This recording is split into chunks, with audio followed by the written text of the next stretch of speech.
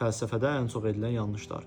Yaygın qəbul görmüş tarixi yanaşmaya əsasən fəlsəfə Yunanlardan başlayıb. Çox zaman fəlsəfə nə ilə başlaya bilərəm deyə sual verən şəxslər cavab olaraq Yunanlardan başla cavabını eşidirlər. Amma fəlsəfəyə başlamaq üçün və ya fərqi yoxdur, istənilən mövzuya başlamaq üçün məhz onun ilkin variantına baxmaq yox, daha ümumi sistematik izahlara və yaxud da terminoloji izahlara baxması gərəkir. Misal üçün, bir insan əxlaq haqqında araşdırma edirsə, Aristotelin Nikomax etikasını yox, Ahmet Cevizcinin əxlaq haqqında və etika haqqında müzakirələr kitabına baxa bilər. Fəlsəfə hansısa filosofun şəxsi düşüncələridir. Əvvəla bu iddiaya haqlılıq payı verdiyimi vurğulayaraq, eyni zamanda xətalı olduğunu da deməliyəm. Müəyyən mövzulardan asılı olaraq, misal üçün, həyatın anlamı haqqında yazan bir filosof təbii ki, öz fikirlərini ifadə etməsi və deməsi normaldır. Amma bir insan epistemologiya, din və yaxud da məntiq haqqında fəlsəfi kitab yazırsa, burada şəxsi düşüncələri yox, müəyyən bir çərçivə, müəyyən bir sistematik fikirlərə toxunaraq bu fikirlərdə yazması daha normal və daha gözləniləndir.